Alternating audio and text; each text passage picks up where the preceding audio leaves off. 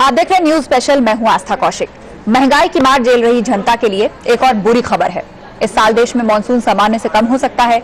मौसम विभाग ने बताया है कि 1 से 18 जून तक बारिश सामान्य से 45% कम होगी और आगे भी यही स्थिति जारी रहने के आसार हैं। जाहिर है, अगर मानसून की बारिश ऐसे कम हुई तो आने वाले दिनों में इसके साइड इफेक्ट सीधे आपकी जेब पर पड़ सकते हैं और महंगाई बढ़ सकती है।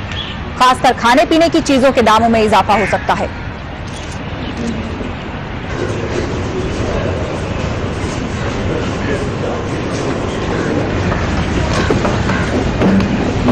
जाहिर है, अगर खाने पीने की चीजें महंगी हुई तो ये मोदी सरकार के लिए एक नई मुसीबत खड़ी कर सकता है, क्योंकि पीएम मोदी ने महंगाई पर लगाम लगाने के नाम पर ही वोट मांगे थे। पिछले दिनों में पीएम मोदी ने मानसून की दशा और दिशा को लेकर अपने सहयोगी मंत्रियों के साथ बैठकें भी की हैं, जिसमें कम मानसून के हालत से निपटने के लिए चर्चाएं की गई थी। ऐसे में सवाल ये उठता है कि मानसून के रेड अलर्ट से मोदी कैसे निपटेंगे।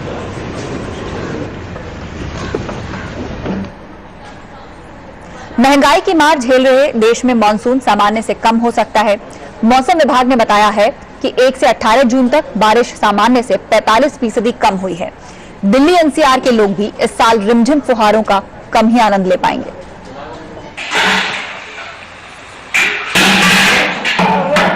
धरती तप रही है और मानसून अभी से ही आंखें तरेरने लगा है।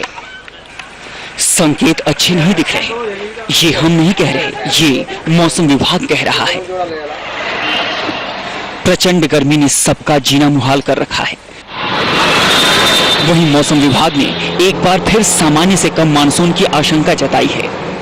मौसम विभाग के मुताबिक अल नीनो इस साल मानसून को प्रभावित कर सकता है।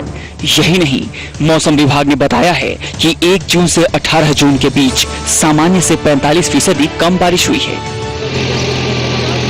मानसून की बेरुखी महंगाई एक्सप्रेस में और तेजी ला देगी। कम बारिश का असर खेती पर पड़ेगा, पैदावार कम होगी, जिसका नतीजा आपके किचन पर पड़ेगा और असर आपकी जेब पर।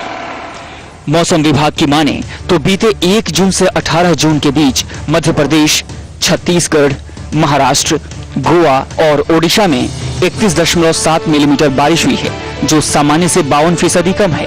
देश भर की बात करें तो इस समय तक 78 मिलीमीटर तक बारिश हो जाती थी, जो कि इस बार 43 मिलीमीटर ही हुई है, यानी सामान्य से 45% कम। देश में इस बार बारिश सामान्य से 7% तक कम हो सकती है। मौसम विभाग ने देश में 93% बारिश का अनुमान जताया है। पहले से रेल किराए और माल भाड़े में बढ़ोतरी महंगाई को निमंत्रण भेज चुकी है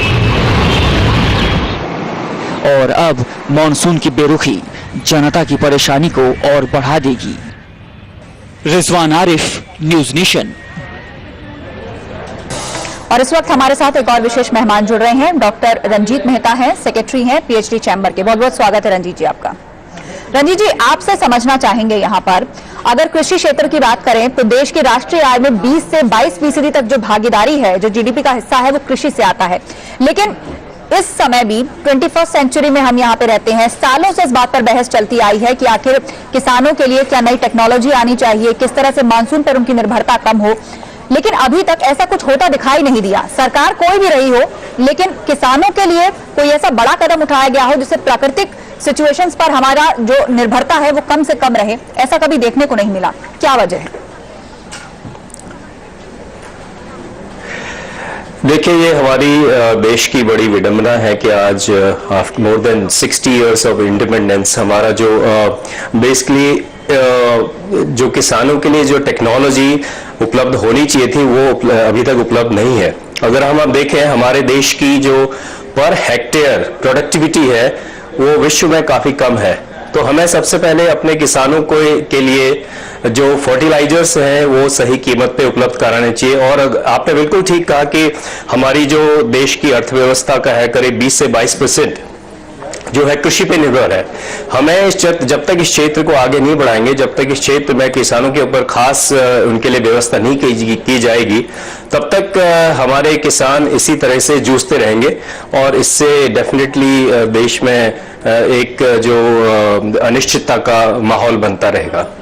रंजीत जी, मौजूदा हालात है, मानसून पहले से ही कम है, अभी तक जितना आना चाहिए था नहीं पहुंचा है। खरीफ की फसल की बुआई का ये वक्त होता है जिसमें तमाम धान फसलें आती हैं, चाहे वो गन्ने की बात आप करिए, इसके अलावा जो आपका राइस है जिसे हम धान कहते हैं, ज्वार है, बाजरा है, मूंग है, ये तमाम खरीफ की फसलें उनके लिए बेहद क्रुशियल समय है। लेकिन मानसून कम है, तो ऐसे में अब आप प्रोडक्शन पर या उसके उत्पादन पर कितना बड़ा असर पड़ता देख रहे हैं? खाद्य संकट कितना बड़ा हो सकता है, ये आप किस तरह से विश्लेषण कर पा रहे हैं?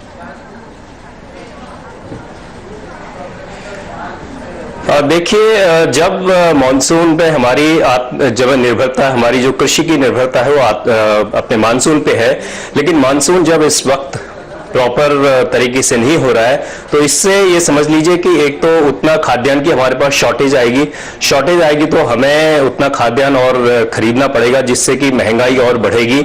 ये एक स्थिति इतनी अच्छी नहीं है जिसमें कि डेफिनेटली गवर्नमेंट का एक जो प्लान है, उनके पास डेफिनेटली ऐसा कोई प्लान होगा जिससे कि वो इस चीज को अच्छी तरह से हैंडल कर सके। चलिए, आप बने रहिए रंजीत जी। देवेंद्र शर्मा भी हमारे साथ हैं, दीपक रावत भी हमारे संवाददाता जुड़े हुए हैं, आप सबसे चर्चा जारी रहेगी। लेकिन आपने दर्शकों को बता दें कि महंगाई को मुद्दा बनाकर सत्ता में आई मोदी सरकार के लिए बढ़ती महंगाई गले की हड्डी की तरह बन गई है। रेल किराया बढ़ाने पर विपक्ष ने हल्ला बोल दिया है, तो कमजोर मानसून और इराक में गृह युद्ध जैसे हालात भी सरकार को परेशान कर रहे हैं। देश के अलग अलग शहरों की ये तस्वीरें महंगाई के खिलाफ जनता के गुस्से की कहानी बयां कर रही हैं। अच्छे दिनों का सपना देख रहे लोगों पर सबसे पहले बढ़े किराए की मार पड़ी है।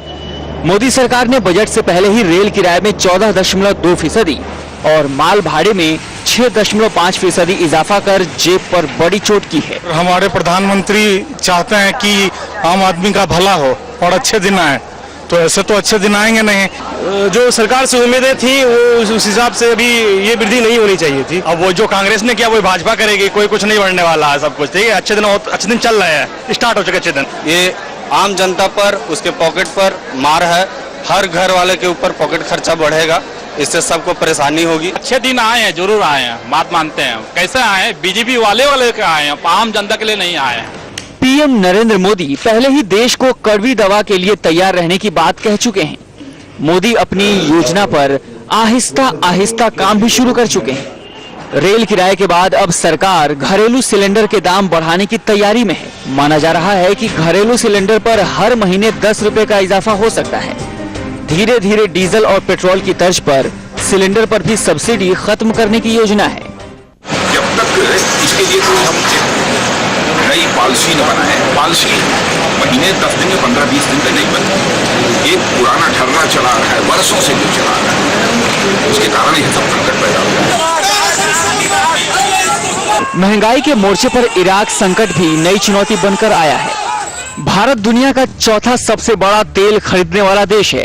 जाहिर है, अगर इराक में अफरा तफरी और गृह युद्ध के हालात बने रहे तो तेल की कीमतों में भी उछाल आ सकता है। तेल के दाम बढ़ते ही दूसरी चीजों के दाम भी बढ़ने तय हैं।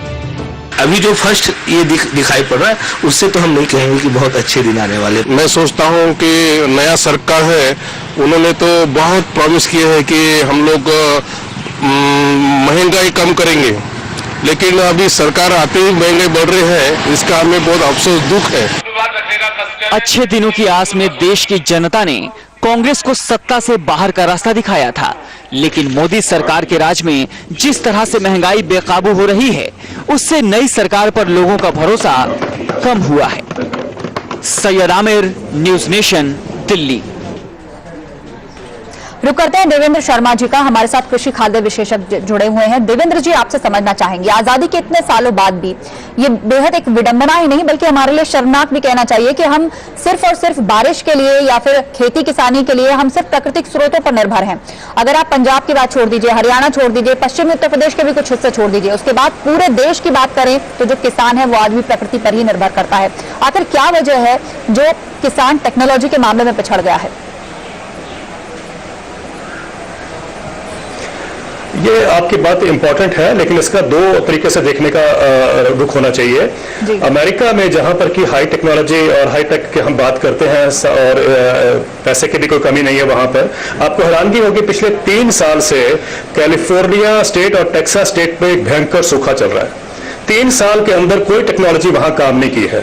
और जो ये जेनेटिकली मॉडिफाइड क्रॉप्स हैं, ये तो वहां पर रही नहीं, टिकी नहीं, वो तो चली गई हैं। और अगर 3 साल में ये हाल रहा है वहां अमेरिका में, जहां पर कि आप हाईटेक मानते हैं, तो अगर वही अप्रोच भारत में लेके आएंगे तो हम वही नुकसान करेंगे भारत में भी, किसानों का और अपनी खेती का, जो हमने अमेरिका में देखा है। करना ये चाहिए जो गुजर हुआ है। गुजरात में एक बड़ी अच्छी बात हुई है, लोग सोचते हैं कि नर्मदा के पानी से खेती हुई है, ऐसा नहीं है।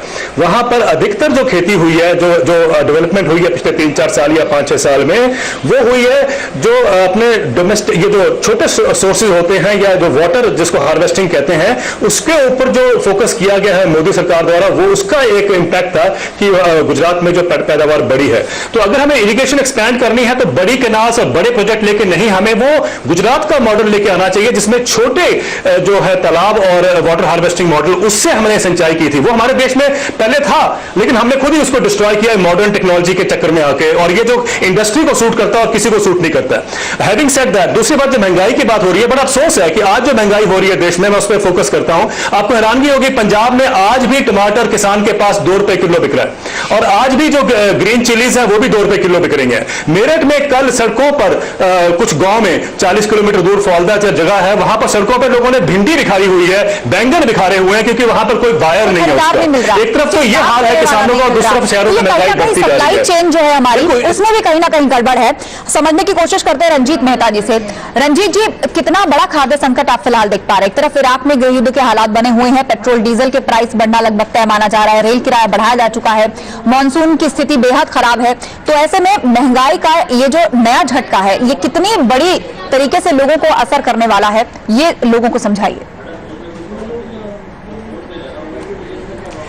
देखिए, आपने बिल्कुल ठीक कहा कि जो सरकार है, ये इस मुद्दे पे आई थी कि किस तरीके से इन्होंने एक नई सोच लेकर के आए हैं, जिससे कि कांग्रेस सरकार को इन्होंने बाहर किया। लेकिन हमें देखना पड़ेगा कि अभी सरकार को आए हुए 1 महीना भी नहीं हुआ, बट उन्होंने अब तक जो भी डिसीजंस लिए हैं, जो भी निर्णय लिए हुए हैं, वो एक सही दिशा की ओर जा रहे हैं। हमें इस बात के लिए उनकी प्रशंसा करनी चाहिए। जहां तक महंगाई का सवाल है, अगर आप देखें तो देश में फिस्कल डेफिसिट बहुत ज्यादा हो गया है। और एनर्जी, आपने पेट्रोलियम की बात करी, डेफिनेटली आज जो है भारत करीब 1,40,000 करोड़ रुपए के ऑयल प्रोडक्ट्स का इंपोर्ट करता है। और जिस हिसाब से इंटरनेशनल मार्केट में अगर हम देखें कि ऑयल प्राइसेस बढ़ेंगे, तो डेफिनेटली हमें ऊंची कीमत पे ऑयल मिलेगा, और जिससे देश में और महंगाई बढ़ेगी। और दूसरी ये बात है, अगर आप सिलेंडर की आपने बात की, एलपीजी, आज हमारे एलपीजी में 433 रुपए की सब्सिडी सरकार दे रही है। धीरे धीरे डेफिनेटली सरकार का ये, जैसे हमारे प्राइम मिनिस्टर ने ऑलरेडी बता दिया है कि एक कड़वी दवाई पीनी पड़ेगी। जब कोई बीमारी को दूर करना होता है तो डेफिनेटली कड़वी दवा की जरूरत होती है। उनका निश्चित रूप से संकेत इसी तरफ था कि जो सब्सिडीज जो देश में दी जा रही हैं, जिससे हमारा फिस्कल डेफिसिट बढ़ रहा है, तो उसको कैसे कंट्रोल किया जाए। अगर आप धीरे धीरे, हमने जो है करीब 50 पैसे पर मंथ हो करके पेट्रोल में, डीजल में फिर भी अभी सब्सिडी कम हो गई है, करीब 62,800 लेकिन जिस कड़वी दवाई की वो बात कर रहे हैं, आम जनता की शिकायत ये है कि अगर ये कड़वी दवा पिलानी थी तो चुनाव से पहले भाषणों में जो कुछ कहा गया था, उस वक्त इसका संकेत क्यों नहीं दिया गया? इससे जनता को कहीं ना कहीं अंदेशा होता है कि आप वोट पाने के लिए उससे बड़े बड़े वादे कर रहे थे, सत्ता में आने के लिए बड़े बड़े दावे कर रहे थे, लेकिन अब ये कड़वी दवा की जो डोज आप लेकर के आए हैं, हो सकता है आने वाले समय में इसका अच्छा असर लोगों को देखने के लिए मिले। लेकिन जनता की फिलहाल यही शिकायत है कि इस बात का जो हिंट था या जो अंदेशा था, उन्होंने पहले क्यों नहीं जताया। एक मॉनसून की कमी, ऊपर से मोदी ने हाल ही में रेल किराए में करीब 14% की बढ़ोतरी करके आम लोगों को करारा झटका दिया है। लेकिन मोदी ने देश की जनता से कुछ और ही वायदा किया था। आज से ठीक 2 महीने पहले 20 मई का वो दिन था जब मोदी ने संसद के सेंट्रल हॉल में भावनाओं के ज्वार के बीच गरीबों की बात कही थी। कहा था कि सरकार गरीबों के लिए जिएगी, उन्हीं को समर्पित होगी। आज हम मोदी जी को उन वादों की याद दिला देते हैं। प्रधानमंत्री जी, आज जब देश रेल किरायों से लेकर सब्जियों के बढ़े दामों के बोझ तले कराह रहा है, तो आपको ठीक 2 महीने पुराने उस वादे की याद दिलाना बहुत जरूरी है, जिसने 1.25 अरब के इस देश के गरीबों की आंखों में यकीनन खुशी के आंसू ला दिए होंगे। उसे इल्म भी नहीं रहा होगा कि खुशी के आंसू बहुत जल्द गम और गुस्से के असली आंसुओं में तब्दील होने वाले हैं। कि सरकार वो हो जो गरीबों के लिए सोचे, सरकार वो हो जो गरीबों को सुने, सरकार वो हो जो गरीबों के लिए जिए। प्रधानमंत्री जी, गरीबों से जो वादा आपने किया वो इतनी जल्दी टूट जाएगा इसकी उम्मीद किसी को नहीं थी। और ये वादा ही क्यों, संसद भवन के सेंट्रल हॉल में उस दिन जज्बातों के समंदर में बहकर आप बहुत कुछ और भी कह गए थे, वो भी सुन लीजिए। मैंने कहा ये सरकार गरीबों को समर्पित है, जो कुछ करने के इरादे से बैठे हुए हैं, इच्छा है उनके लिए है। क्या चाहा था इस देश की आवाम ने? यही ना कि आप आकर कमर तोड़ महंगाई से जूझते आम आदमी को राहत का रास्ता दिखाएंगे। और हाँ, आपने तो वादा भी किया था लोगों की इच्छा के सम्मान का। सामान्य मानवीय की आशा आकांक्षाओं के अनुरूप हम कुछ करके जाएं, ये अगर हमारे मन का भाव रहा तो देशवासियों को निराश होने की नौबत नहीं आएगी। बस यही बिल्कुल ठीक फरमाया था आपने, लोगों की इच्छा के अनुरूप कुछ करें तो। लेकिन आपने तो जो किया उस इच्छा के ठीक उलट किया। वो रेलवे जहां नाम मात्र की सुविधाएं नहीं मिलती, उस रेलवे के किराए एक साथ 14% बढ़ा दिए। एक बार जनता से किए वादों को तो याद कर लिया होता। Team news nation. हमारे साथ जुड़ रहे हैं दीपक रावत। दीपक, मौसम विभाग पहले ही कह चुका है उम्मीद से बेहद कम मानसून रहने वाला है। आज दिल्ली एनसीआर में छिटपुट बारिश हुई है, मौसम सुहावना हो गया है। लोगों को भले ही आज गर्मी से राहत का एहसास हो रहा है, लेकिन साथ साथ ये डर भी लोगों के अंदर है कि अब महंगाई बढ़ जाएगी, एक खाद्य संकट उनके सामने पैदा हो सकता है।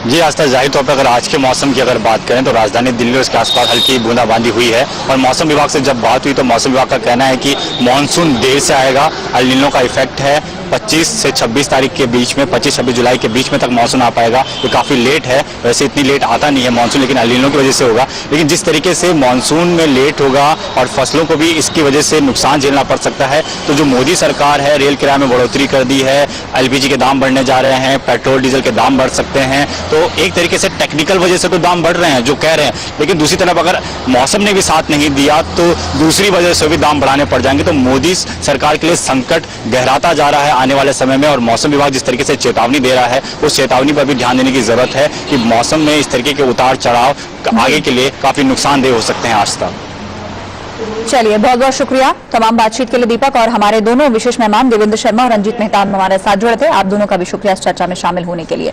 तो मानसून के मौजूदा हालात बेहद खराब हैं। देश के वो हिस्से हम आपको दिखा रहे हैं एक बार फिर से जहां मानसून सामान्य से कम और बेहद कम रहने वाला है। अलग अलग रंगों के माध्यम से हम आपको समझाने की कोशिश कर रहे हैं। हरा रंग आप जहां देख पा रहे हैं वहां मानसून सामान्य रहेगा, पीले रंग वाले हिस्से सामान्य से कम रहेंगे, और साथ ही साथ बात करें अगर हम लाल हिस्सों की तो वहां बेहद कम बारिश हो सकती है।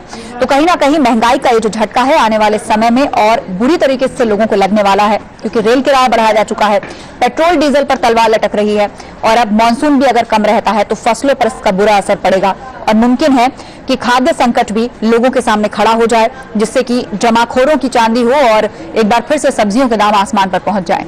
बहरहाल अब देखना यह है कि मोदी सरकार इस संकट से निपटने के लिए क्या उपाय कर पाती है। न्यूज स्पेशल में इतना ही। बाकी की खबरों के लिए बने रहिए न्यूज नेशन के साथ।